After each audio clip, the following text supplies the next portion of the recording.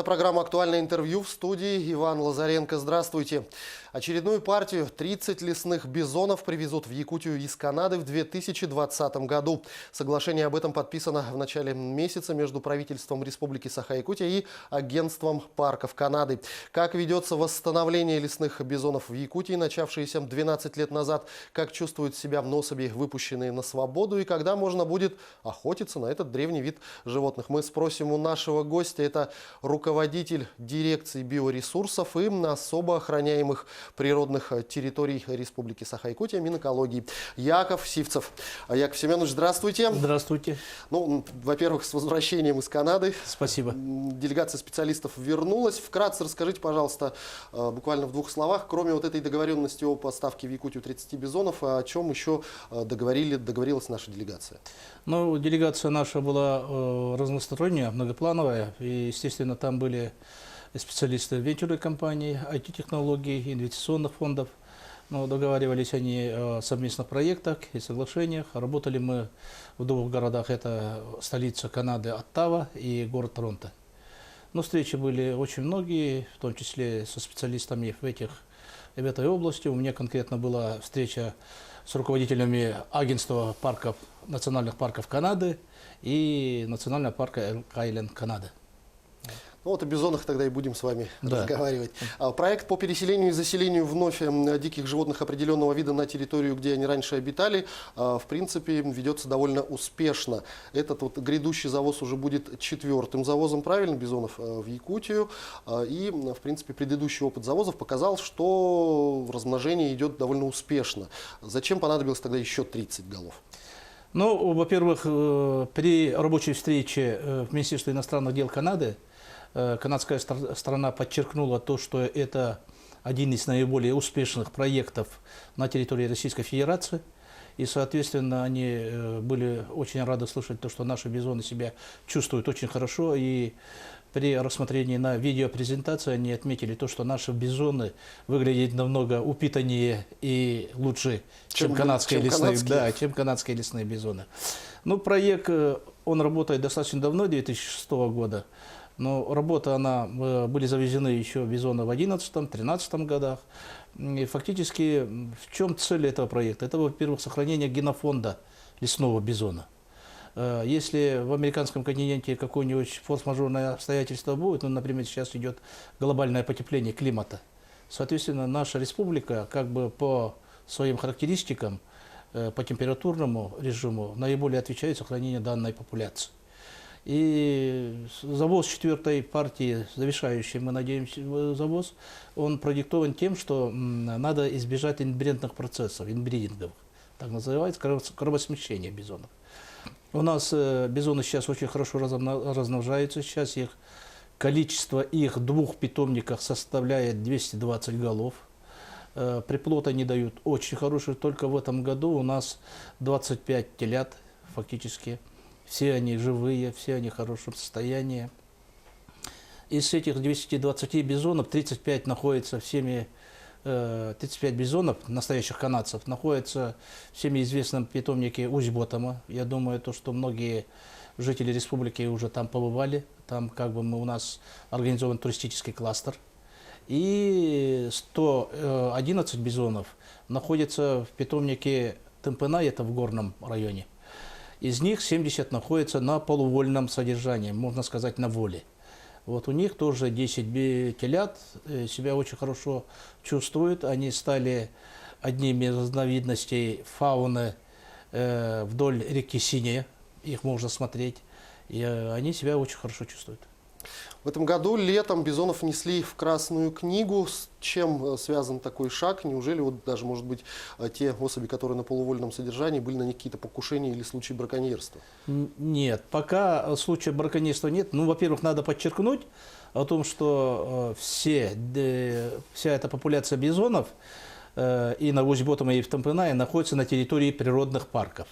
Если сейчас если на Ботоме сейчас они будут находиться на территории федерального национального парка Ленские столбы, то на Синей они находятся на территории природного парка Синяя, которые охраняются. В чем продиктована необходимость внесения бизона в Красную книгу Якутии? Ну, во-первых, их мало. Для того, чтобы достичь устойчивой популяции, мы все-таки их должны больше охранять, сохранять. Я думаю, то, что в 2020 году мы достигнем 300 голов, это уже считается фактически минимальная устойчивая популяция, и в дальнейшем уже будет стоять вопрос. Все-таки Красная книга – это живой организм, на него виды вносятся, и из него исключается, да. Поэтому, я думаю, это процесс рабочий, и он будет еще рассматриваться. Ну вот вы упомянули, что часть лесных бизонов была отпущена, скажем так, на вольные хлеба. Есть ли разница, скажем так, ну, в темпе роста, в кормовой базе вот именно тех, кто пасется свободно, и те, кто находится, скажем так, под более тщательным наблюдением? Да, но вот на Вось-Ботоме они находятся на вольерном содержании. Естественно, это маточное стадо, за ними осуществляется должный уход, и, соответственно, подкормку они получают намного больше. Почему? Потому что, в принципе, маточное стадо, она обеспечивает уже то стадо, которое находится в горном районе. А те 70 бизонов, вот сейчас только наша группа, рабочая группа оттуда вернулась с питомника, и они отмечают то, что они выглядят намного упитаннее. Почему? Потому что они, как и лошади, кормятся тебеневкой фактически. То есть самостоятельно они стоят в мелкодолинных пастбищах вдоль реки, пойме реки Синяя, где очень хорошие пастбища. Но там сельскохозяйственной деятельности никакой не ведется. Фактически видов, которые бы ему помешали, которым бы они существовали, фактически нет. То есть кормовую базу они ни с кем не делят? Да, у них очень хорошая, фактически подкормка проводится, соответственно, тех, которые стоят только рядом с питомником.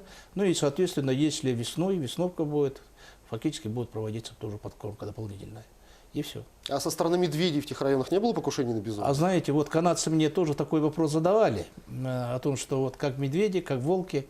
Ответ один, потому что пока для медведей и для волков пищевой рацион, биологическую цепочку, они еще не попали. Поэтому как бы это для них... Как еда, они им не интересны. Да, пока. Если, честно говоря, в Йеллоустонском парке, например, завезли волков, раньше не было волков, они все это регулировали. Сейчас, когда ослабленные бизоны, они их кушают, да. Но это природное явление. Но мы тоже за этим наблюдаем, контролируем. За выпущенными бизонами у нас контроль должный. Мы на них повесили спутниковые ошейники, 6 ошейников, и миграция фактически у нас перед глазами на мониторах компьютеров. Ну вот за время наблюдений за бизонами какие-то еще, может быть, интересные моменты взаимодействия с другими животными происходили? Ну, во-первых, надо сказать о том, что бизоны, они сами по себе интересные. Почему? Потому что вожаком стада, доминантой является самка. Да. Матриархат. Да, матриархат у них. И фактически, соответственно, быки, они более ленивые, что ли, можно сказать. Фактически они отбиваются, они ходят отдельным стадом, а самки уже с телятами, они ходят уже отдельно обособленно. Фактически. И бывает вместе с ними только молодые быки. Вот поэтому организация, иерархия, структура у них очень интересная. Соответственно, они защищаются. Соответственно, но необходимо ответить о том, что лесной бизон, он сам по себе не миграционный вид. Он фактически ходит совсем рядом. Вот. Есть два вида бизонов. Это степной бизон, который обитает в Америке, в американском континенте, прериях, на которых охотились первопроходцы Запада, индейцы. И есть лесной бизон, он крупнее, он стоит. Вот у нас находится вот как раз лесной бизон, который мы сохраняем, и фактически который канадцы только передали нам, Республике Саха-Якутия, Российскую Федерацию. Ну вот, а если говорить о бизонах, которые находятся у нас, и бизоны, которые, скажем так, ну, они же, но были раньше в Канаде, появились ли какие-то исключительно якутские, местные, у них какие-то привычки или поведенческие какие-то моменты? Что-то изменилось или нет с переездом? Ну, не знаю. Ну, во-первых, научный мониторинг у нас ведется. Силами Института биологических проблем Крыльтадо-Новосибирского отделения Академии наук. Достаточно оно досконально ведется. И Институтом сельского хозяйства якутским тоже. фактически. Но пока вот таких чисто якутских поведенческих, но в Канаде нету таких морозов. Можно только это отметить. То, что 50 градусов морозов, для них это уже не мороз, для наших бизонов. Канадцы удивляются этому. То, что они очень быстро привыкли к нам. И фактически можно сказать о том, что вот первые приплоды на Темпенае были примерно в этих градусах, низких температурах. Представляете, да? Когда вот самка рожает, это где-то 40-50 градусов. И, в принципе, приплоды, да, они сохранились. Вот так вот, может быть, это. Но в связи с тем, что все-таки бизоны занесены в Красную книгу, то я так понимаю, что охота на них категорически будет запрещена, но тем не менее все-таки планируется фермерское разведение с целью, скажем так, употребления в пищу. Когда это примерно может произойти? Да, мы говорим о том, что, во-первых, много вопросов задают о том, что зачем нам бизон, когда у нас есть свои лошади. Мы говорим о том, что бизон, во-первых, это мясная порода. Мясная порода. В Канаде его разводят исключительно для фермерских хозяйств. Необходимо понимать, то есть есть охранная популяция, составляющая, которую они тщательно охраняют, это маточное стадо. Излишки они дают фермерским хозяйствам. То есть это большой вклад в экономику. Это фактически получается 700 килограммов живого веса. Необходимо отметить о том, что взрослый бизон, самец, достигает больше тонны веса. Это, знаете, на которого не очень большие траты. Потом, я думаю, то, что для мясного хозяйства оно будет очень хорошее подспорье. Мясо бизона очень хорошее, оно фактически относится к мраморному мясу. Она деликатесная и особо ценится гурманами. И когда? Когда уже начнем? Что должно произойти? То есть достигнуть популяции... Устойчивой популяции 300 голов, во-первых. И, соответственно, уже надо все-таки найти потребителя. Потребителя, то есть, если будет спрос, будет и предложение, соответственно. Но когда она будет и как она будет, ну, мы прогнозируем то, что где-то 22-й, 23-й, так осторожно, скажем так, первые зачатки будут. Ну, я думаю, потребитель на такое экзотическое мясо найдется в любом случае. Яков Семенович, я благодарю вас за беседу. Спасибо, что ответили на наши вопросы. Успехов вам в таком очень интересном, скажем так, труде. Спасибо вам. Это была программа «Актуальное интервью» о лесных бизонах в Якутии. Мы говорили сегодня с руководителем дирекции биоресурсов и особо охраняемых природных территорий Министерства экологии Республики Яковом Сивцевым. До встречи в эфире.